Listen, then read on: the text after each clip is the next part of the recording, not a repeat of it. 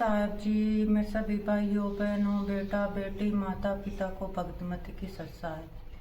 तो आज हम सुनेंगे संत रामपाल जी महाराज की सत्संग में गुरु जी हमें समझाते हैं कि हम अज्ञान के कारण सभी देवी देवताओं की भक्ति भी कर रहे थे, फिर भी हमें कोई लाभ प्राप्त नहीं हो रहा था हमारे पर, फिर भी दुख कष्ट वैसे कि वैसे आ रहे थे। तो अब इस धरती पर तत्वदर्शी संत रामपाल जी महाराज जी कबीर रूप में आए हुए हैं, जो कि वेद शास्त्रों के अनुसार सच्चा भक्ति मार्ग बताते हैं।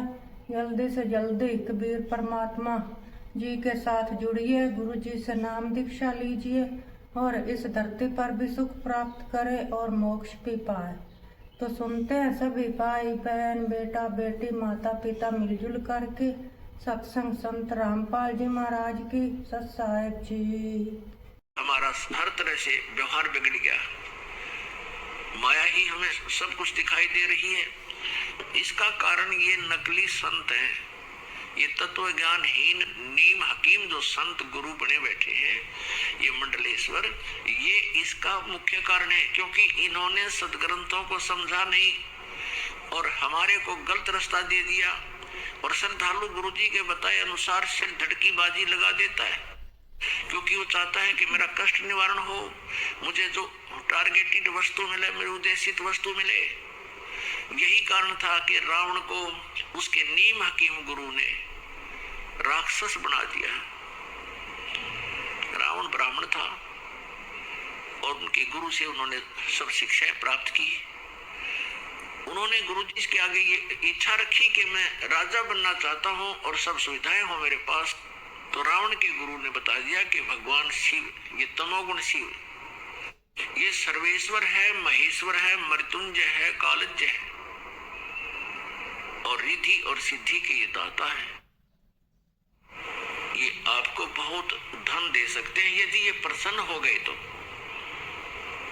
और बताया कि वेदों में इसी की महिमा है।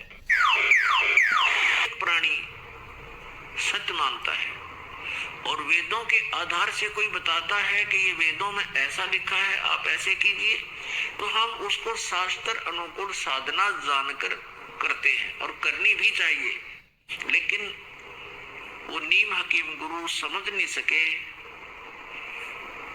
कि वेदों में शिव और शंभु किसके लिए संबोधित है। अब वहां वेदों में जो शिव है वो परम अक्षर ब्रह्म की तरफ है, और शंभु का अर्थ भी यही होता है, जो एक शंभु होता है एक स्वयंभू होता है।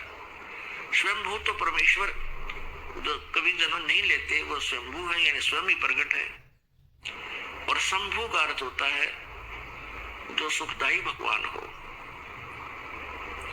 तो हम वेदों के अनुसार से जैसे अपने बच्चों के नाम लिख लेते हैं, रख लेते हैं, ऐसे ही इस काल के पुत्र तमोगुण शिव को भी हम उस परम अक्षर ब्रह्म की संज्ञा लेकर के संबोधित करने लगे नीम हकीम गुरुओं के कारण। तो रावण को बता दिया गया कि इसकी पूजा करने से और घोर तप करने से ये प्रसन्न होगा। अब जैसा भी गुरु जी ने बताया था, रावण ने सिर धड़की बाजी लगा दी। अपने भगवान शंकर को खुश करने के लिए यहाँ से गर्दन भी चढ़ा दी, यहाँ से काट के अपनी तलवार ऐसे मार के और चढ़ा दिया। तो जैसा कर्म करेगा उतना फल ये अवश्य देते हैं। तो भगवान शिव ने उसको वो शरीर उसका एज इट इज फिर कर दिया। ऐसे 10 बार उसने शीश दिए और 10 ही बार उसको जीवित कर दिया भगवान शिव ने। इतनी शक्ति इन भगवानों में है कि जब तक जीव के सांस है और इन परिस्थितियों में यदि कोई उसको ऐसा कुछ होता है तो ये उसको स्वस्थ कर सकते हैं। स्वस्थ का मतलब ये नहीं कि उसके जैसे क्रम दंड के कारण कोई रोग है तो रोग नाश नहीं ये कर सकते, वो भोगना ही पड़ेगा। सिर्फ ये है कि उसके निमित्त उन्होंने ये किया तो वो एज इट इज जैसे उसको जोड़ दिया। जैसे श्री कृष्ण जी और अर्जुन गए थे मोर ध्वज राजा के घर, उनके पुत्र को आरे से चिरवा दिया, मृत्यु होगी, फिर उसको जीवित कर दिया, उसके संस्कार थे। अब शेष थे उसके जीवन, लेकिन वही श्री कृष्ण अपने सगे भांजे अभिमन्यु को जीवित नहीं कर सके, तो महाभारत के युद्ध में चक्रव्यूह में मारा गया था। सुभद्रा रो रही थी, श्री कृष्ण रो रहे थे, यानी सुभद्रा श्री कृष्ण की बहन थी, वो जीवित नहीं कर सके क्योंकि अभिमन्यु की आयु इतनी ही थी, उसका प्रारंभ भी इतना था, इसलिए वो कुछ भी परिवर्तन श्री कृष्ण अर्थात विष्णु नहीं कर सके। श्री कृष्ण यानी विष्णु और शिव और ब्रह्मा, ये तीनों एक ही सत्र के, एक ही जैसे शक्ति युक्त प्रभु है, इनमें कोई अंतर नहीं है, केवल इनके विभाग का अंतर है। जैसे एक तो गृह मंत्री हो, एक सैर सपट्टा मंत्री हो, पर्यटक मंत्री, तो इनके विभागों में अंतर होने से उनकी जो है महिमा में फर्क हो जाता है आम व्यक्ति की दृष्टि में, लेकिन उनकी शक्ति में अंतर नहीं है, पोस्ट एक जैसी ही। तो भगवान श्री शिव जी को परम अक्षर ब्रह्म मानकर, मृत्युंजय मानकर रावण ने भक्ति की और सिद्धि मांग ली, रिद्धि मांग ली। सिद्धि आकाश में उड़ जाना, रिद्धि धन मांग लिया, दे दिया धन खूब, इतना धन दे दिया कि सोने की लंका बना ली। रावण के राज्य में लंका की मंडियों में हीरे मोती ऐसे बिका करते थे जैसे करनाल की मंडी में धान बिके, ऐसे उसके व्यापार हुआ करते थे। इतना धनी राजा हो गया, लेकिन सत साधना ना मिलने से, तत्वदर्शी संत ना मिलने से वो धरा धरा रहेगा सारा उसका। वह सोने की लंका भी वही रहेगी, बांदर ठाए अंडे और सोने की डलिया ने बगाओ समुद्र में ठाठा गए और सह परिवार नष्ट हो गया और नरक में डाल दिया गया। तो पुण्यात्मा, जब तक हमें तत्वदर्शी संत नहीं मिलेंगे, हम इस मनुष्य जीवन को सफल नहीं कर सकते। तो जब हम इधर उधर जाते हैं तो वो संत हमें पहले तो कुछ क्रियाएं बताते हैं, फिर लास्ट में फाइनल कर देते हैं कि तुम्हारे कर्म का दंड तुम्हें भोगना ही पड़ेगा। अब हम परमात्मा की भक्ति किस उद्देश्य से करते हैं? जिनको कोई आपत्ति नहीं है, आपदा नहीं है, जिनके ऊपर किसी प्रकार का भी कोई संकट नहीं आया है, उनको कोई विघ्न नहीं है, तो वो भी साधना कर रहे हैं तो परमात्मा की चाह में। उनको ये भी नहीं मालूम कि हम भक्ति कर किस लिए रहे हैं, भगवान को किस लिए चाह रहे हैं, लेकिन वो पिछले संस्कार उनमें इतने प्रबल हैं कि वो कोई ना कोई भक्ति की आड़ लिए बिना रह नहीं सकते। जिनके ऊपर संकट है, वो संकट निवारण के लिए ही परमात्मा की भक्ति करें। और भक्ति क्यों कर रहे हैं? क्योंकि संकट हमारे ऊपर ना आवे। और जो जिनके ऊपर वर्तमान में कोई आपत्ति नहीं है, तो वो भी भगवान से यही दुआ मांगते हैं कि हमारे जीवन में और कोई भी आपदा ना आवे, हम सुखी रहें। लेकिन जिन भगवानों की हम भक्ति कर रहे हैं, वो हमारे प्रारब्ध में कोई परिवर्तन नहीं कर सकते, और प्रारब्ध में परिवर्तन हुए बिना हम सुखी नहीं हो सकते।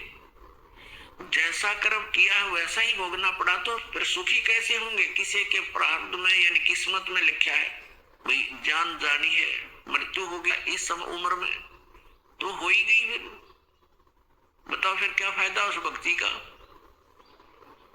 या कोई और आपत्ति आनी है तो वो भी आएगी।